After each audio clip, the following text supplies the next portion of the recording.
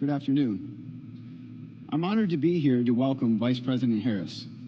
Vice President Harris has the backs of workers and firefighters her entire career.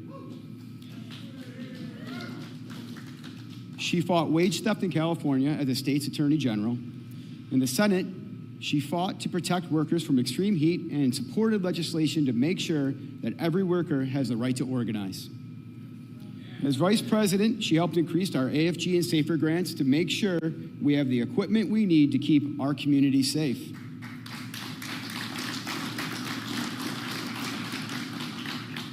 Just last year, Redford Township received $1.5 million for operations and safety. Vice President Harris has always stood with us, and she always will. Across the country, she makes it a point to visit firehouses and meet with our nation's firefighters. And like all of you, I'm proud to cast my vote for her in November.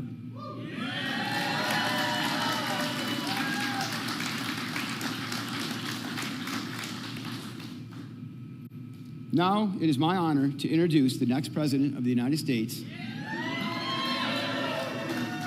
Kamala Harris.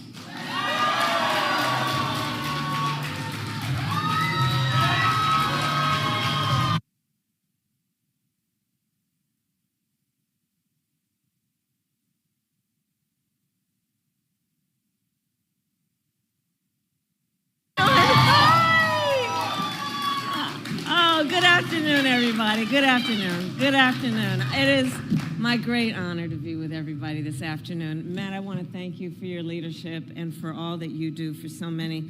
You know, everyone here, you all have chosen to live a life of service in the most extraordinary way. And I'm so thankful to all of you, to Matt, for your leadership and everybody here. And it is so good to be in the House of Labor. Thank you all. Thank you all. Thank you all. And you know, yours is a profession that is more than a profession. It really is about a calling. You know, I was just telling Matt, my brother-in-law just retired as a firefighter in California. So for me, this is personal and it is professional. I know what you guys do. And I know your character. I know your families. I know what it means for the whole community, for you all to take on the lives that you have decided to live. And I'm so thankful to you.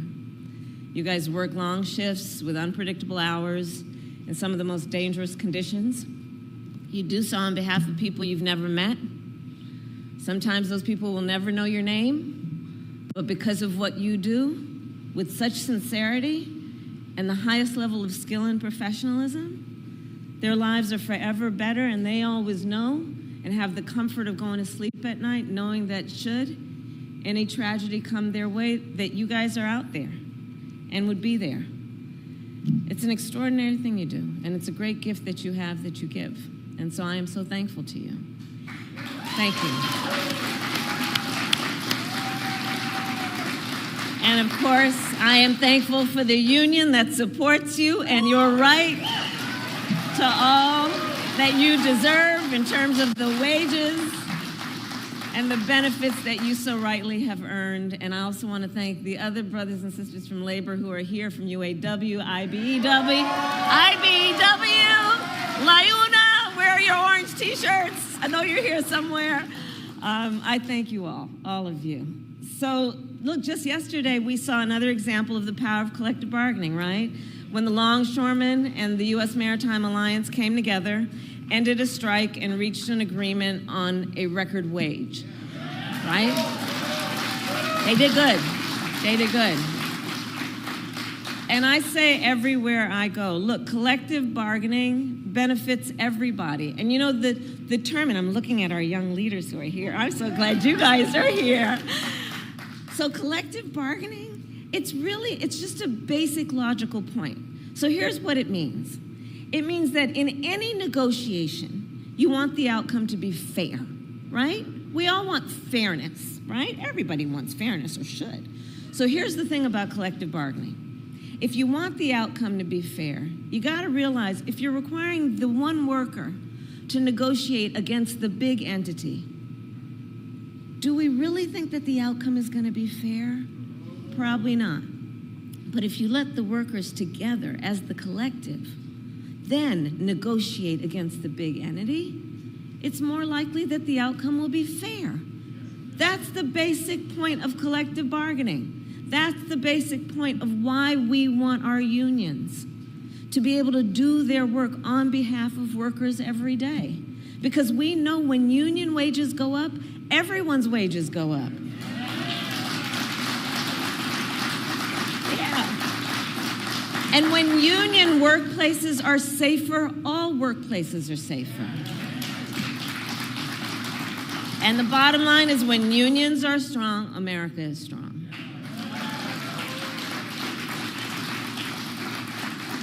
And our unions have always fought to make our nation then more equal, more fair, and more free. And in this election, in 32 days, everything we have fought for is on the line.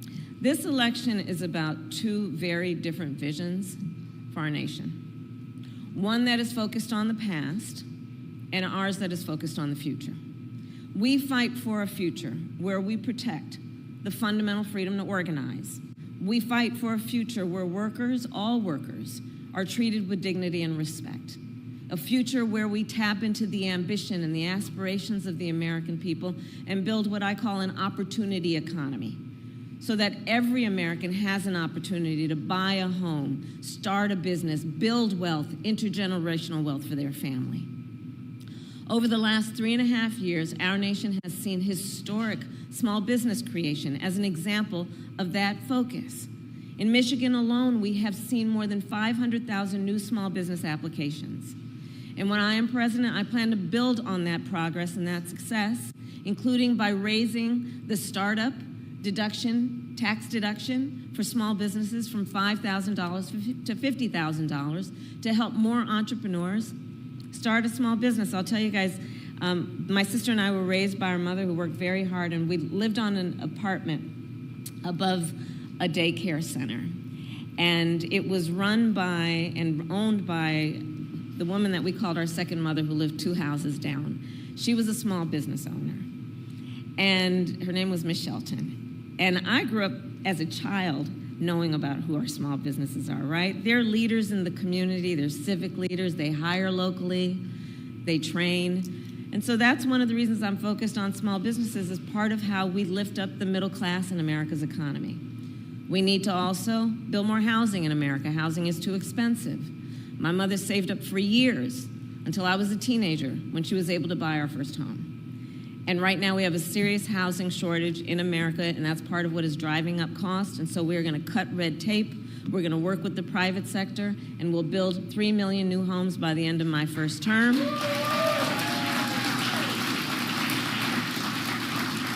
Including providing first-time home buyers with a $25,000 down payment assistance so they can just get their foot literally in the door to be able to invest in the American dream, which not everyone has access to these days.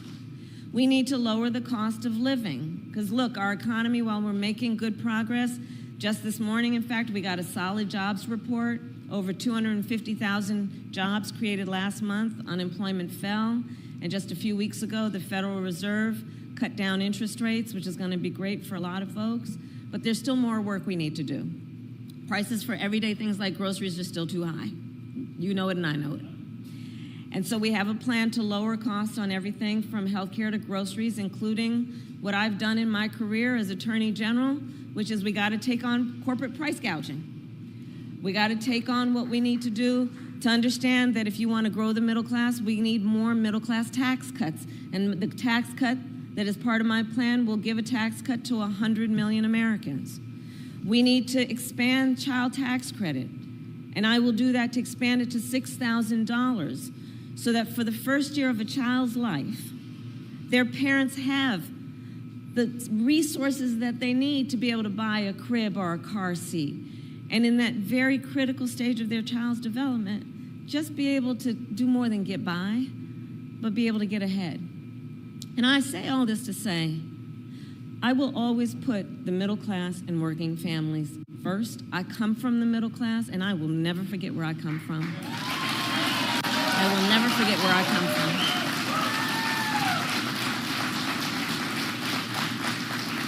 And we know we cannot have a strong middle class without American manufacturing. Over the last 3.5 years, we brought manufacturing back to America. We created 730,000 manufacturing jobs and announced the opening of more than 20 new auto plants in the United States. And we did it by investing in American industry and American workers. And I want to make sure that America, not China, wins the competition for the 21st century.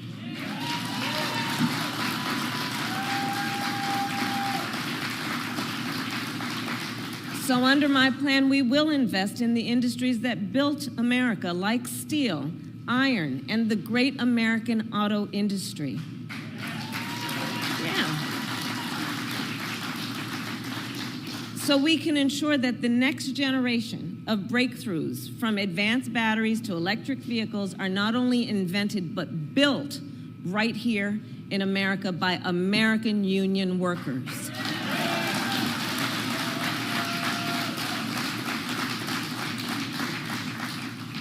So the election is in 32 days, and Americans have a big choice to make. And I think it's very important then to point out Donald Trump has a very different approach than mine. And let's be real about who Donald Trump is. Let's be real. This is a time for real talk. He was handed $400 million on a silver platter and filed for bankruptcy 6 times. This is a man who has only ever fought for himself. This is a man who has been a union buster his entire career, who has called union leaders, quote, dues-sucking people. And as president, he did not lift a finger to save the pensions of millions of American workers. We did. We did.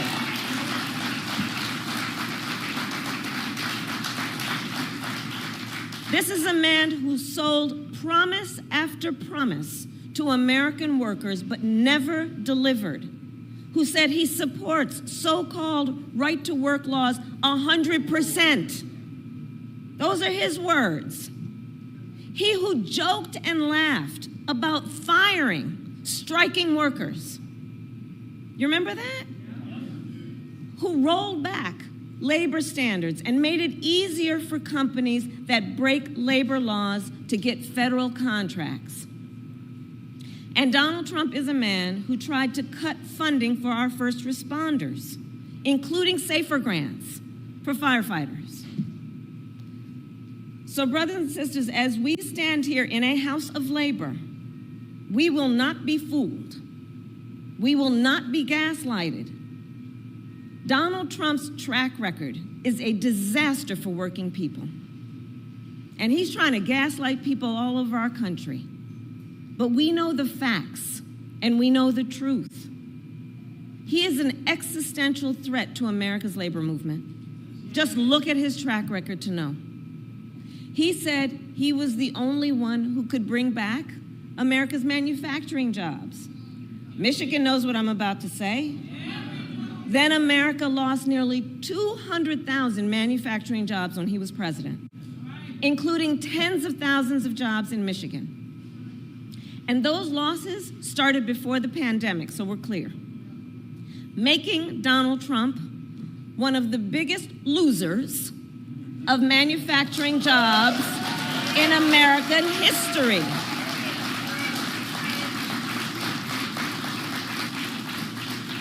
And recall his record, his track record for the auto industry. He promised workers in Warren that the auto industry would, quote, not lose one plant during his presidency. Then, American automakers announced the closure of 6 auto plants when he was president, including General Motors in Warren and Stellantis in Detroit. Thousands of Michigan auto workers lost their jobs. And now he is making the same empty promises to the people of Michigan that he did before, hoping you will forget how he let you down.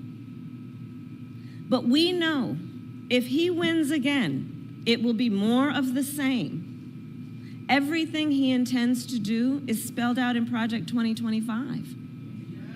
If reelected, he intends to launch a full-on attack on unions and the freedom to organize.